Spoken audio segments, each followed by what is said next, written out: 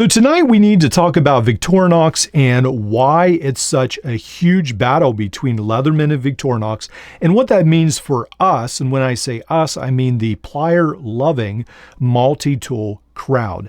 Now, Victorinox has so many flavors. They have so many multi-tools. Some have said over 400 different variations. I haven't checked lately, but I know there's a ton. And Victorinox has a very rich history. So they start about 100 years before Leatherman in around 1897. And that's what this shows right here on the page, that version. And they have continued making all kinds of versions to this day. And I know this is a Wenger version, but anyway, I believe they bought them out as well. So all kinds of different tools for every occasion, but there is a huge market that Victorinox sort of dominates. They sit there and they take up, and all these different multi-tool companies desperately are trying to take up some of that market share and grab it for them. Now, what's up for grabs? Well, Victorinox, from what I can find online, makes up to $422 to $487 million a year. Now, from the info I could gather on Leatherman, again, they're pretty tight-lipped with it, but people guess that they make about around $135 million a year. So Victorinox sells more than just pocket knives. 60% of this figure is made from their sales of their pocket knives. They do luggage, fragrance, all kinds of other things.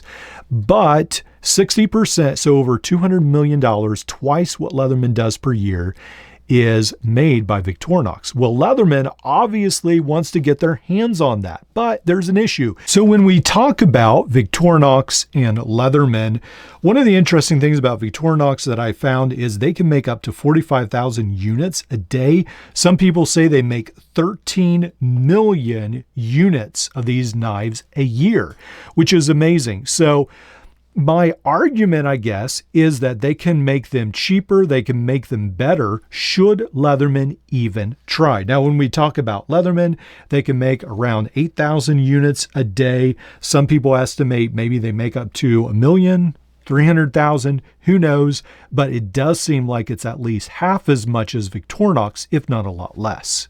Well, Leatherman has used some of their energy, and right now Leatherman is definitely struggling to keep units on the shelf.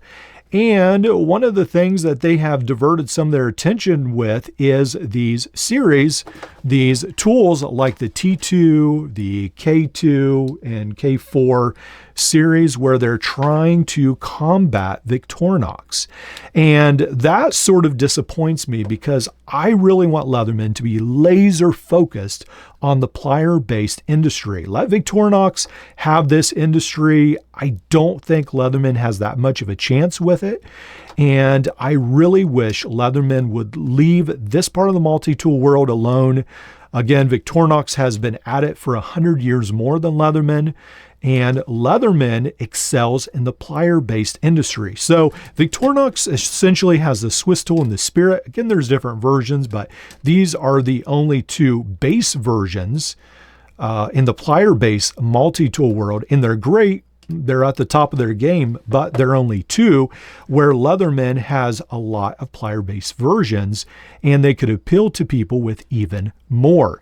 Now, it's not just Leatherman that's getting distracted, and that's sort of my take on why this is destructive from Victorinox, this war, because I feel like it's taking some of these tool makers' mind off of making better and better plier-based versions because they're getting distracted. So, for instance, SOG already seems to be facing some struggling issues, but they made the Kilowatt. And as a general rule, unfortunately, in the multi-tool world, anything electrician does not sell very well at all.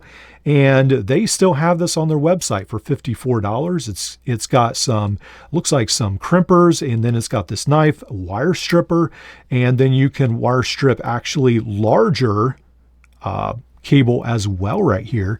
It's got sort of a unique design on this handle, almost like a wiring diagram right there, and then the skeletonized pocket clip. So it's cool, but again, it is a distraction for SOG. Now, What about Gerber as well? Now, Gerber early on tried to jump into this market. They made some half-hearted attempts, I guess you would say. There's these tools right here, really different.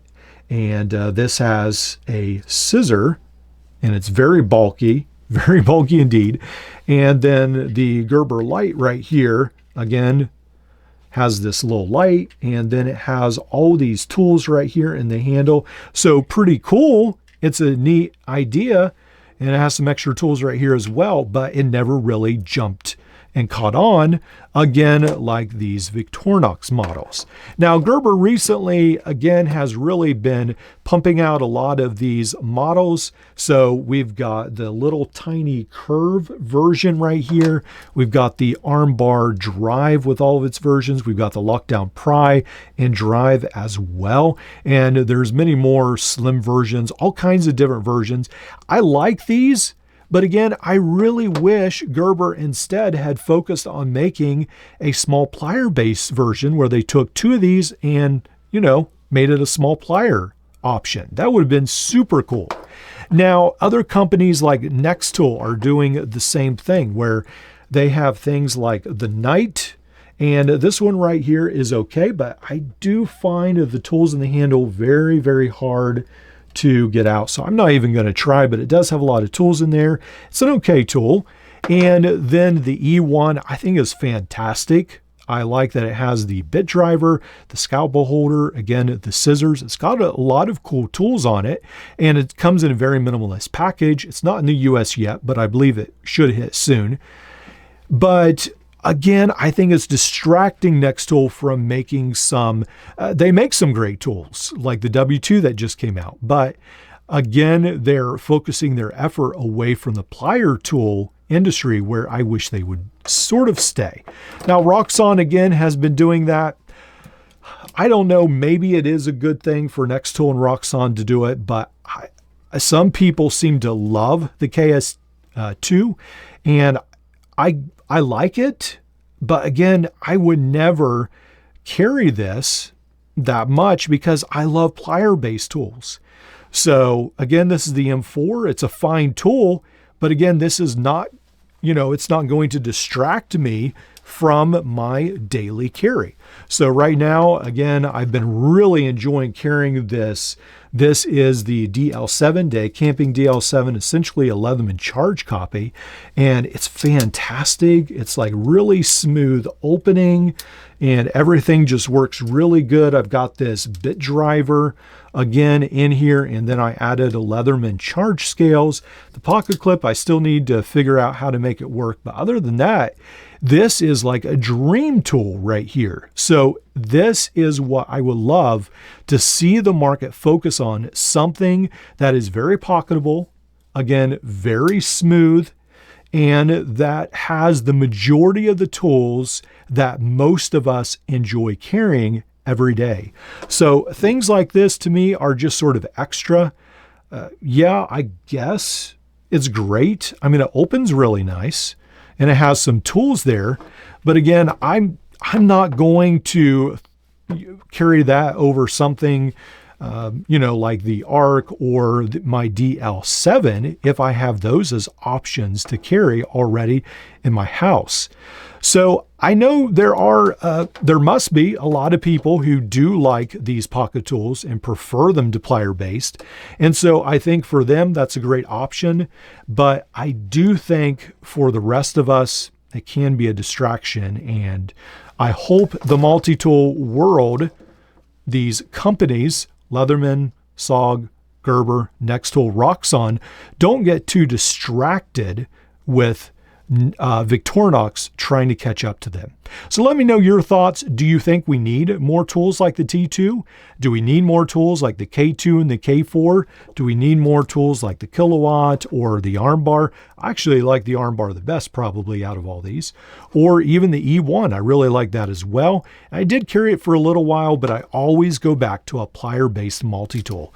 Let me know your thoughts, and I'll enjoy reading your comments.